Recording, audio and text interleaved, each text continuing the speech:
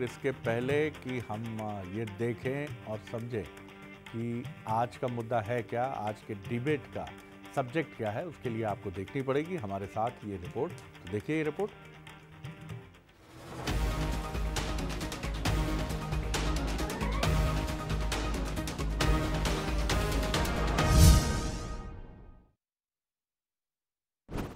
आखिर कांग्रेस को अपने 28 सूरमा मिल ही गए। इंतजार लंबा तो रहा। कांग्रेस की मंशा है कि इस इंतजार का फल उसको जीत के मीठे के रूप में मिले। जी हाँ, कांग्रेस में टिकट की टेंशन खत्म हो चुकी है। अब तैयारी है जीत के मिशन की। लगातार टूट रहे कुनबे के बीच पीसीसी चीफ जीतू पटवारी प्रत्याशी चयन को लेकर भरोसे से भरे हुए हैं। कांग्रेस अपने योद्धाओं के सहारे 24 की जंग जीतने को लेकर आश्वस्त नजर आ रही है। जो लड़ाई है सर्वविदित है। ये हम बार बार कह रहे थे कि कोई किसी प्रकार का फैक्शन नहीं है। सर्वसम्मति से कांग्रेस के स्ट्रेटेजिकल हमने उम्मीदवार तय किए।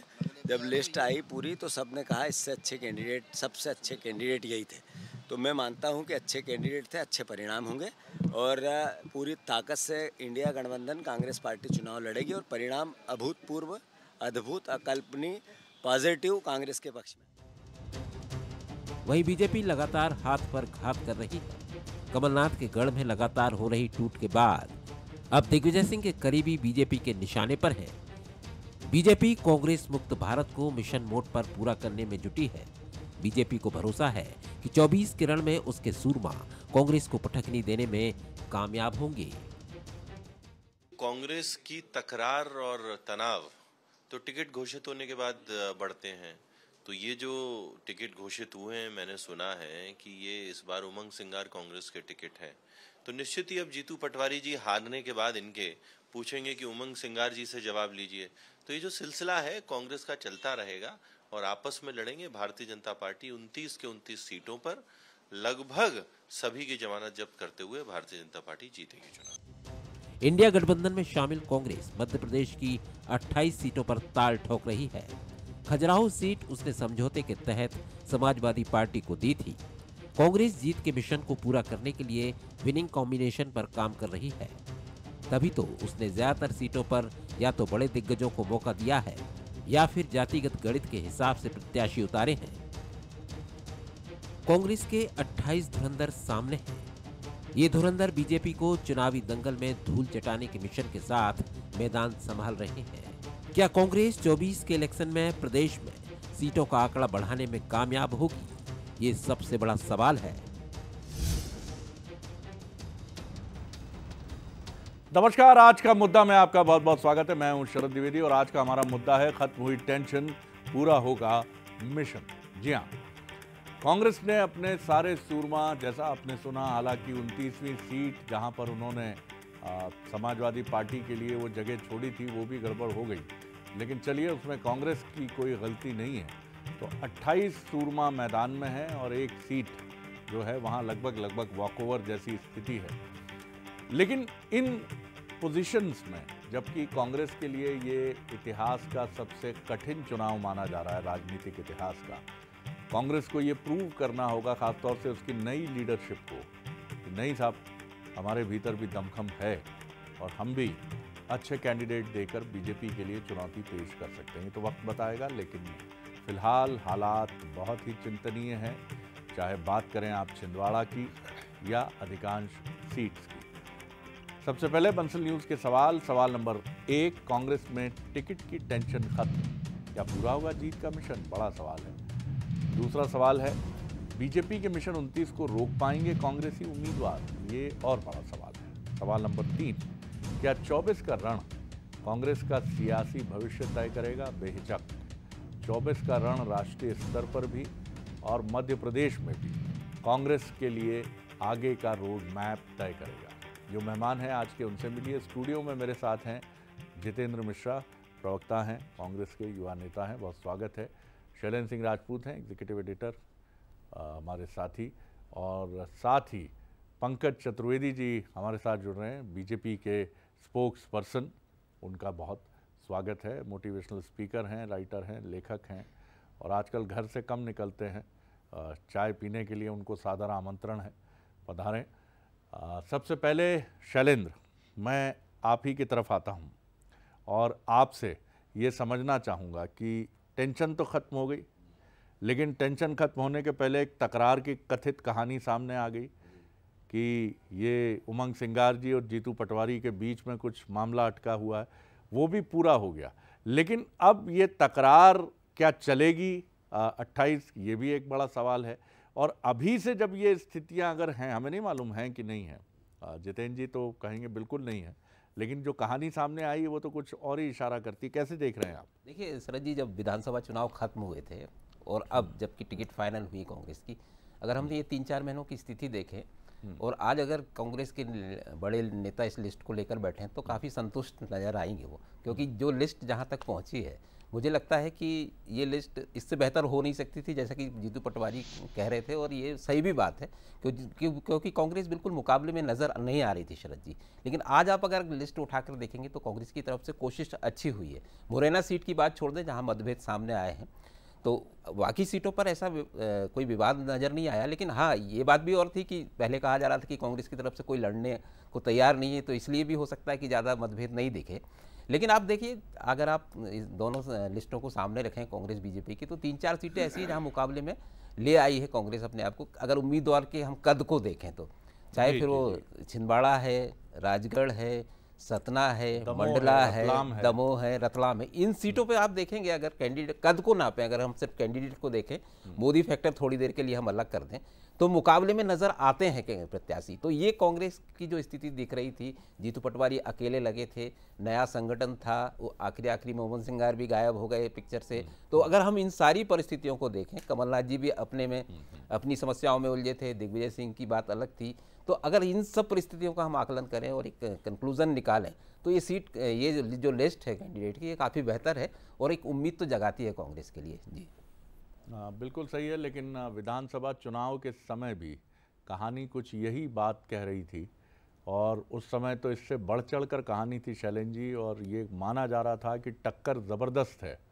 और बहुत ही नज़दीकी मुकाबले में या तो बीजेपी आगे रहेगी या फिर कांग्रेस तो सरकार बना ही रही है। इसलिए जो बीजेपी के अंदरूनी पक्ष में एक लहर नज़र आती है, कई बार उसको पढ़ा नहीं जाता, और लोकसभा चुनाव में तो बहुत उस लहर के बहुत दावे हैं, तो इस लहर में कितने टिकते हैं लोग, ये देखना दिलचस्प होगा। लेकिन फिर भी ये आप सही कह रहे हैं पंकज जी, कांग्रेस के लिए ये महत्वपूर्ण बात है कि फिर भी उसने अपने 28 सूरमा ऐसे चुने हैं जो कुछ सीटों पर कमज़ोर कैंडिडेट के तौर पर तो कतई नहीं देखे जा रहे हैं, बल्कि कुछ जगहों पर तो ये कहा जा रहा है कि मुकाबला बहुत रोचक होगा। दिग्विजय सिंह मैदान में हैं, दमोह है, रतलाम और झाबुआ की बात भी कर ली जाती है, प्रवीण पाठक ग्वालियर में एक अच्छे कैंडिडेट हैं। तो ये जो तमाम सीटें हैं, मुरैना भी एक अच्छी सीट मानी जा रही है। आप किस तरह देखते हैं कि टेंशन ख़त्म हो गया कांग्रेस का, और आपके नेता अब ये कह रहे हैं बराबर कि भैया अति आत्मविश्वास में नहीं रहना है, बहुत अच्छी रणनीति है? देखिए शरद जी, पूरे देश में एक बात को लेकर निश्चिंतता है कि जन कृपा नरेंद्र मोदी जी की गारंटी के साथ है, और इसीलिए भारतीय जनता पार्टी और एनडीए जो अभी 353 303 भाजपा और 50 साथियों के साथ 353 अब लक्ष्य रखा, अब की बार 400 पार, फिर एक बार मोदी सरकार। इन तमाम सशक्तताओं के बाद भी निश्चित तौर पर जन आशीर्वाद और पिछले 10 साल का बढ़िया ट्रैक रिकॉर्ड मोदी सरकार का, अगले 25 साल के भारत की योजना के बाद भी भारतीय जनता पार्टी की सर जी रीति नीति और शैली है कि हम पंचायत के वार्ड के चुनाव को भी उतना ही महत्व देते हैं जितना लोकसभा के किसी चुनाव को। तो पूरे देश का चुनाव है शरद जी, तो हम न किसी को कमजोर आंकते हैं न शक्तिशाली मानते हैं। भारतीय जनता पार्टी तो अपनी सामर्थ्य शक्ति पर काम करती है। प्रतिपक्ष के नेता कहते हैं कि वो सनातन धर्म की शक्तियों का विरोध करते हैं, और भारतीय जनता पार्टी शक्ति की आराधक और उपासक है, वो कार्यकर्ता की शक्ति है, माता बहनों की शक्ति है। तो इसलिए शरद जी हम आत्मविश्वास में है, और अति आत्मविश्वास कभी भारतीय जनता पार्टी में रहा ही नहीं। और एक शब्द है कि अति सर्वत्र वर्जित है, अति हर जगह वर्जित होती है, वैसा भारतीय जनता पार्टी उसका पालन करती है। तो ये विषय कांग्रेस पार्टी के, पर कांग्रेस के साथ कुछ बिंदु चर्चा में थोड़ा शैलेंद्र जी ने कहा कि इतना 2 चरण का चुनाव का नामांकन समापन की ओर है, लेकिन कांग्रेस पार्टी के मध्य प्रदेश के नेता प्रतिपक्ष चुनाव परिदृश्य से लापता है। जितेंद्र जी जीतू और जितेंद्र जी भंवर तीसरा व्यक्ति शरद जी इस मध्य प्रदेश में नहीं दिख रहा, और दोनों के प्रति बहुत आदर के साथ जितेंद्र जी जीतू और जितेंद्र जी भंवर, इन दोनों लोगों की मध्य प्रदेश में क्या कोई किसी से पूछेंगे क्या पैन एमपी अपील है? आज जितेंद्र पटवारी जी कह रहे हैं कि अब तो चुनाव होगा ही नहीं और जिसको चाहेंगे वो जीतेगा। ईवीएम का विरोध करने की बात करते हैं, कांग्रेस अपने कल मैनिफेस्टो में ईवीएम के समर्थन की बात करती है। तो जो पार्टी शरद जी नेता नीति नेतृत्व और नियत के संघर्ष से जूझ रही हो, जिसमें पलायन की प्रतिस्पर्धा कार्यकर्ताओं में हो, लाख कार्यकर्ता छोड़कर पार्टी को ज्वाइन कर रहे हो, बड़े नेता, छोटे कार्यकर्ता, महापौर, सांसद, विधायक, श्रृंखला लगी हुई है। तो क्या जिसके कार्यकर्ताओं को दल पर विश्वास नहीं है, उस पर देश कैसे विश्वास करेगा शरद जी? उसको आपने कई शक्ति की बात की जो भारतीय जनता पार्टी के साथ, एक शक्ति ये भी है कि कांग्रेस से नेता चले आ रहे हैं, तो कांग्रेस भी अब आपकी शक्ति है, ऐसा भी मैं सोचता हूं। आप मुस्कुराएंगे तो जरूर इस पर। जी जितेंद्र जी। जी जी जी जी कांग्रेस भी एक बहुत बड़ी शक्ति इनके अंदर होने जा रही है। कांग्रेस मुक्त भारत की बात करने वाले लोग आज कांग्रेस युक्त भाजपा को बनाने पर तुले हुए। इससे आपको प्रसन्नता है? नहीं, देखिए मैं आपको बताऊं, इनके चरित्र और इनकी साफ गोई पर जी जो ये कहते थे कि हम विश्व की सबसे बड़ी पार्टी हैं, विश्व की सबसे बड़ी पार्टी को अगर ये करना पड़ रहा है तो निश्चित तौर पर या तो वो दावा झूठा था या आज 1 लाख का दावा झूठा है। मेरा कहना है शरद जी, कोई भी चुनाव हो, जैसा शैलन जी ने भी बताया कि 2 तरह से लड़ा जाता है। एक तो आपके प्रत्याशी दमदार प्रत्याशी हो और दूसरा आपके हाथ में मुद्दे हो जो विपक्ष से सवाल खड़े कर सकते हो। आज ये देखिए, आज इस देश में मुद्दों की कमी नहीं है। चाहे आप महंगाई पर बात कर लीजिए, बहुत हुई महंगाई की मार, अब की बार मोदी सरकार, बेरोजगारी पे बात कर लीजिए, 2 करोड़ लोगों को रोजगार देने की बात आपने की थी। इसके बाद भ्रष्टाचार का आलम आपने देखा। सर थोड़ा मुद्दे पर आते हैं, आपके मसले अपनी जगह हैं, बिल्कुल ठीक है। मैं सवाल ये है कि टेंशन तो खत्म हो गई, अब आपके जो कैंडिडेट हैं क्या क्या दावा है? आप तो थोड़ा देखिए, अभी तो दावा किया जा सकता है साहब, यहाँ मजबूत है। शरद जी, मैं वही बात करूंगा जो आपको समझ में आएगी कि सही बात के करीब हूं मैं। आज हमने जो उम्मीदवार उतारे हैं निश्चित तौर पर मजबूत उम्मीदवार है। निश्चित तौर पर हमारे पास में वो मुद्दे हैं जो सरकार को घेरा जा सकता है और हम लंबी बढ़त की तरफ जा रहे हैं। अप्रत्याशित परिणाम मध्य प्रदेश में होने वाले हैं क्योंकि 200 पार और 400 पार की जो बात की जा रही शरद जी, ये बंगाल में भी 200 पार की बात की गई थी, ये दिल्ली में 40 पार की बात की गई थी। जब इनसे सवाल पूछा गया कि क्यों साहब आपने तो 200 पार का नारा दिया था, तो अमित शाह जी ने स्पष्ट किया कि ऐसे नारे हम कार्यकर्ताओं में उत्साह भरने के लिए करते हैं। आज भी भारतीय जनता पार्टी वही नारे पे काम कर रही है। चलिए, लेकिन ये बड़ा सवाल है सर कि आखिर आप अगर इस चुनाव में कुछ सीटों पर अपनी ताकत पेश कर पाते हैं तो उसका बेस क्या होगा, क्या कारण होगा?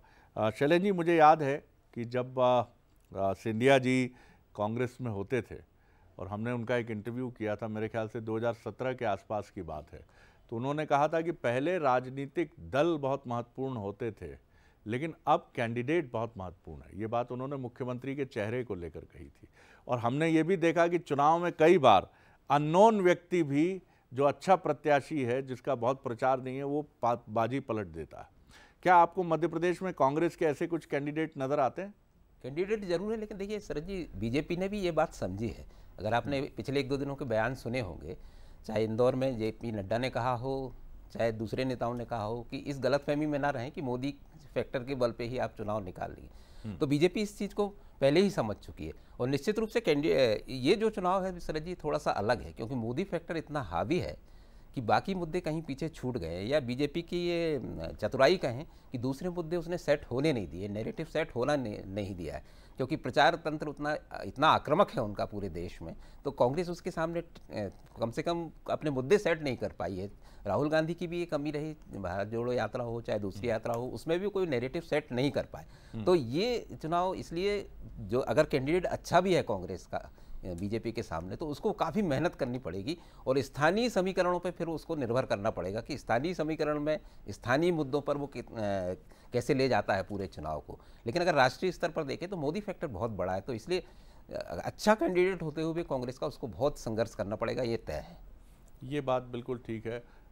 ये बात पंकज जी आपने भी मानी है कि आप अति आत्मविश्वास से अपने को रोक रहे हैं और मेहनत, परिश्रम, संगठन शक्ति और कांग्रेस को तथाकथित रूप से कमज़ोर करने का जो एक अभियान चल रहा है, जिसमें कांग्रेस भी बढ़ चढ़कर सहयोग दे रही है कि उसके लोग उमड़ घुमड़ के चले आ रहे हैं बीजेपी की तरफ, आपको पूरा सपोर्ट कर रहे हैं वो ऐसे नेता जो आ रहे हैं, तो ये एक महत्वपूर्ण बात है। हालांकि इसके पीछे कुछ और कहानियां भी हैं, मान अपमान के भी किस्से हैं, और कांग्रेस चूँकि एक अलग मिजाज की पार्टी है, खुली पार्टी है, तो वहाँ ये चीज़ें बीजेपी की तुलना में बहुत अधिक होती हैं। फिर भी आप क्या ये दावा कर सकते हैं, क्योंकि अब छिंदवाड़ा में भी एक बहुत महत्वपूर्ण सेनापति जो अब तक कमलनाथ जी के थे वो अब बीजेपी के हैं, दीपक सक्सेना, क्या आपको लगता है कि एक बड़ा अंतर छिंदवाड़ा में दीपक सक्सेना जी पैदा करेंगे, और इसी तरह जहां जहां आपकी स्थिति थोड़ी चैलेंज था, जहां वहां भी आपने अपनी रणनीति और अपनी बिसात पूरी तरह से बिछा ली है? शरद जी, 1980 से लेकर अब तक 10 चुनाव देश में हुए। 80 में भारतीय जनता पार्टी की स्थापना हुई, चुनाव चिन्ह का विषय था, लगभग नहीं लड़ी। 84 में भारतीय जनता पार्टी की 2 सीटें, और अब 24 में भारतीय जनता पार्टी 400 पार की बात की, 2 से 400 के पार। कांग्रेस पार्टी 84 में 400 सीटें और अब 44 पर। ये पिछले 10 चुनाव ये दर्शाने के लिए पर्याप्त है कि कांग्रेस डे बाय डे गिर रही है राजनीतिक रूप से। कारण तुष्टीकरण, परिवारवाद, गरीबों का विरोध, भ्रष्टाचार, और पिछले 10 साल में तो लगभग सिमट गई। और इसीलिए कांग्रेस के कार्यकर्ता, चाहे दीपक सक्सेना जी जैसे कार्यकर्ता हों, आज रामलाल मालवीय जी आए, पूरे मध्य प्रदेश नहीं सर, देश में मध्य प्रदेश तो हम सबसे आगे हैं, जहां आज हर बूथ पर हमारे 64,583 बूथ पर लगभग 2-2 अभी सूची रात तक आ जाएगी, 1 लाख कार्यकर्ता यदि आज भारतीय जनता पार्टी में सम्मिलित हुए कांग्रेस छोड़कर, तो ये चिंता चिंतन का विषय, शोचनीय दशा शरद जी कांग्रेस पार्टी की है कि नेता है ही नहीं ना, न नीति है। आप सनातन का विरोध करके भारत में कैसी राजनीति करेंगे शरद जी? भारतीय जनता पार्टी क्या कहती है, सबका साथ। आप कैसे कह रहे हैं सर नेता नहीं है? जीतू पटवारी जी एक हमेशा से प्रॉमिसिंग लीडर माने गए, उमंग सिंगार ट्राइबल कम्युनिटी का एक बहुत रिप्रेजेंटेशन करने वाले युवा नेता, क्या आप नेता कमलनाथ जी और दिग्विजय सिंह जी को भी मानते हैं? शरद जी, प्रॉमिसिंग लीडर और ऐसा लीडर जिसने प्रॉमिस फुलफिल किए हों, दोनों में अंतर है सर। ये लोग प्रॉमिसिंग हो सकते हैं, पर अगले 20, 25, 30 साल बाद के लिए कोई सर उल्लेखनीय काम नहीं है। उमंग सिंगार जी तो है नहीं सर चुनाव परिदृश्य में। आप बताइए सर, मध्य प्रदेश में कांग्रेस के इंपॉर्टेंट ट्राइबल लीडर जिनको लीडर ऑफ ऑपोजिशन बनाया, 4 बार जी से कहां है वो? जी सर, 4 बार की विधायक सर लापता है। जितेंद्र पटवारी जी खुद मनोबल टूटकर चुनाव हारकर अध्यक्ष बने, और उनकी स्थिति सबके सामने कि क्या स्थिति है। आपको प्रत्याशी तय करने में पसीना आ जाए। एक सीट खजुराहो की आपके गठबंधन की सीट थी, गठबंधन ठगबंधन जो भी, कांग्रेस और सपा जाने, आपके हाथ से लगभग निकल गई, नॉमिनेशन रद्द हो जाता है, चेहरे पर शिकन नहीं। गठबंधन की सीट थी, समाजवादी पार्टी के नॉमिनेशन है, कांग्रेस का शरद जी कार्यकर्ता भी नहीं साथ खड़ा था उनके। ये कैसा गठबंधन? मैं सवाल ले लेता हूँ। देखिए, कई चुभते हुए सवाल जितेंद्र जी आपके साथी पंकज जी ने खड़े किए। पहला सवाल तो यही है कि तकरार चल रही है अभी। दूसरा, उनका कहना है कि उमंग सिंगार जी कहाँ हैं। ये सवाल सभी पूछ रहे हैं साहब, बीजेपी में हमलावर होकर उनके नेता भी पूछ रहे हैं, मीडिया से भी ये सवाल पूछा जा रहा है। आखिर मतलब ये जो कुनबे की कलह रहती है बीजेपी की, सर इससे कैसे मुक्ति मिलेगी? कमलनाथ जी रहते हैं तब भी तकरार रहती है, दिग्विजय सिंह रहते हैं तब भी तकरार रहती है, अब जीतू पटवारी उमंग सिंगार हैं तब भी तकरार बनी हुई है सर। निश्चित तौर पर शरद जी, कमलनाथ जी जब नेतृत्व संभाले थे तो आपने देखा था कि कहीं कोई तकरार नहीं थी, जिसको जो आदेश मिलता था वो काम करता था। और आज जीतू पटवारी जी के नेतृत्व में भी उमंग सिंगार जी हो या बड़े नेता हो, सारे के सारे जो जिम्मेदारी दी जा रही उसका पालन कर रहे हैं। अब आप ये देखिए, पहले ये कहते थे कि नेता चुनाव लड़ने को तैयार सिंगार जी आप दावा कर रहे हैं कि नजर आएंगे जल्दी? निश्चित तौर पर नजर आएंगे। अभी हैं कहाँ वो? अभी उनको एडमिट किया गया था परसों, मेरे ख्याल से कल। जीतू पटवारी जी ने भी ये बात कही थी, कुछ स्वास्थ्य उनका स्वास्थ्य गड़बड़ है, कल से वो चुनाव प्रचार में जा रहे हैं। मेरा ये कहना है कि पहले ये कहते रहे कि नेता चुनाव लड़ने से भाग रहे हैं, अब जब हमने प्रत्याशियों की सूची दे दी तो आपने देखा एक से एक बड़ा नेता, युवा नेतृत्व सारे के सारे मैदान में आ चुके, और हम अपनी पूरी तैयारी के साथ इस सरकार का विरोध करने के लिए खड़े हैं। और शरद जी मैं फिर कहूँगा, मुद्दों से चुनाव लड़ा जाता है, मुद्दों की कमी नहीं है, प्रत्याशी हल्के नहीं है। कांग्रेस ने सभी प्रत्याशी एक से बढ़कर एक दिए हैं, और ये सारी चीज़ें ये बताती हैं। आज जो सर्वे भी आ रहा है वो ये कह रहे हैं हमारे पास शरद जी खोने को क्या था। हमारे पास तो एक सीट थी ना। आज अगर हम 10 सीटों पर विजय हासिल करने जा रहे हैं तो निश्चित तौर पर भारतीय जनता पार्टी को नुकसान आप 10 सीटों का दावा कर रहे हैं जी। निश्चित तौर पर 10-12 सीटों पर हम बहुत विजयी होने जा रहे हैं। कौन थी शरद जी? शरद जी एक दो हाँ, बार बोलिए पाँच बोलिए पूछ लीजिए, बोलिए पाँच जी। 5 बता दीजिए। अरे 5 में 12 की 12, 15 की 15 गिराने को तैयार हूं। गिनाइए, आप बताइए, गिनाइए, आप गिनाइए। छिंदवाड़ा में जीत सकते हैं क्या? 2% 80 जीत से रहे। प्रयास कर रहे हैं, 77 से 2% प्रयास जीत कर रहे। रहे हैं और एक भाई, से एक बड़े बदलाओ। नेता को उतारते हो। पंकज जी आप बताइए, छिंदवाड़ा में सफल हुए हो क्या आप? 12 हमारे सीटें दिग्विजय दो। सिंह जी अच्छा, ये गिनाइए, राजगढ़ की 5 सीट जीतने जा रहे वो कह रहे हैं। हैं मुरैना 5 में सीटें हमारा बता दीजिए। प्रत्याशी पाँच मजबूत, बता ग्वालियर में दीजिए। मजबूत, मंडला में मजबूत, चौथा सीधी में मजबूत। 5 किसकी बात कर रहे हैं आप? जी। हम आपके पास में सूची रतलाम की झाबुआ नहीं आप गिनाई है बताइए, अभी। धार जी। झाबुआ रतलाम किस मजबूत सीट पर हमारा नहीं, प्रत्याशी मजबूर। कमजोर है? पंकज जी जरा जी। निगाह डालिए, जिस छिंदवाड़ा में परेशान है कहीं बाकी सीटें आपके हाथ से ना निकल जाए। चलिए इस सुन पर लेते हैं ध्यान पंकज जी दीजिए। क्या करें, फिर आप जवाब दीजिएगा। जी पंकज जी बोल लीजिए। जी, मजबूत नहीं, मजबूर प्रत्याशी जिस पार्टी में अजय पंकज सिंह जी राहुल अगर भैया सुन लीजिए, मजबूर नहीं भाई हो, सुन लो। मजबूर राहुल होता भैया तो इतनी सुन देर भाई। नहीं लगती हमको कैंडिडेट घोषित करने में। पंकज जी पर्ची से यहाँ पर सुन चुनाव नहीं लीजिए, सुन लीजिए, होता। जितेंद्र भाई सुन परेशान लीजिए। मैं समझ जी सकता हूँ, बोलिए मिला। बोलिए बोलिए। अजय सिंह राहुल भैया पलायन कर गए, अरुण यादव चुनाव नहीं लड़ना चाहते, दिग्विजय सिंह जी बेमन से चुनाव लड़ रहे हैं, किसी युवा को लड़ाना था, ये कमलनाथ तर्क जी नहीं होता। नकुलनाथ के लिए ये व्यस्त हैं। तर्क नहीं होता, कौन जिसका कहाँ है? मन नहीं होता ग्वालियर उसको में चुनाव नहीं प्रत्याशी लड़ा रामनिवास सकते। चलिए क्या ये कर- डिबेट जी, में हम नहीं जाते, 30 सेकंड। इस पे जाते हैं। रामनिवास शैलेंद्र जी बहुत बाबा कम ने वक्त है विरोध मेरे किया, पास, मुरैना के बहुत प्रत्याशी कम का। वक्त है। नीतीश अग्रवाल दावा सामने आ गया है, 5 सीटें नहीं ज्यादा सीटों की भी बात कर रही है और पंकज जी पूरे आत्मविश्वास से भरे हैं कि साहब 29 की 29 हमारी झोली में आ रही हैं।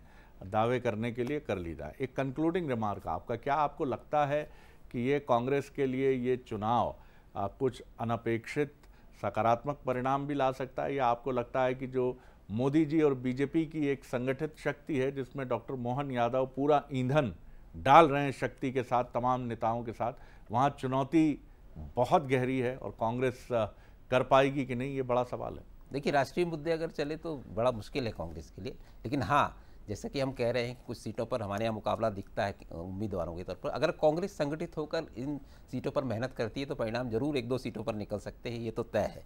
लेकिन कांग्रेस को सोचना होगा, क्योंकि जब मुरैना में जिस तरह की लड़ाई सामने आई है, नया संगठन है और ऐसे बहुत ज़्यादा मतभेद होने नहीं चाहिए थे, जो बातें निकल कर आई। और जहाँ और सबसे बड़ी बात है कार्यकर्ता का मनोबल, जो की फैक्टर होगा इस चुनाव में। संगठन बूथ स्तर पर तो वही काम करता है ना, और बीजेपी के सामने कांग्रेस बहुत कमजोर नजर आती है। बूथ पे बीजेपी ने बहुत मेहनत की है और कांग्रेस को यहाँ पर काम करना चाहिए था। चलिए सर, बहुत शुक्रिया शैलेंद्र जी, बहुत धन्यवाद पंकज जी, बहुत धन्यवाद जितेंद्र जी। सबसे अहम बात जो यहाँ पर है, वो सबसे अहम बात ये है कि बीजेपी भले ही 2 सांसदों की पार्टी थी 80 के दशक में, लेकिन उसने अपने वोट बैंक को ध्यान में रखा था और उसकी निगाह से कभी उसका वोट बैंक ओझल नहीं हुआ। दूसरी महत्वपूर्ण बात थी कि बीजेपी ने संगठित होकर चुनाव लड़े और उसकी बॉडी लैंग्वेज कॉन्फिडेंट रही है। कांग्रेस आज अपने इस कॉन्फिडेंस को पहले उसे रिगेन करना होगा। उसके नेताओं की बॉडी लैंग्वेज में आत्मविश्वास भरा होना चाहिए और उसे भी अपना वोट बैंक चिन्हित करना चाहिए। आप अगर बहुसंख्यकों को अपनी तरफ नहीं ला सकते हैं तो क्या दलित, आदिवासी और माइनॉरिटी के लिए आप एक भरोसे की पार्टी नहीं बन सकते हैं? ये कोशिश क्या कांग्रेस कर रही है? ये सवाल कांग्रेस पर मैं छोड़ता हूं।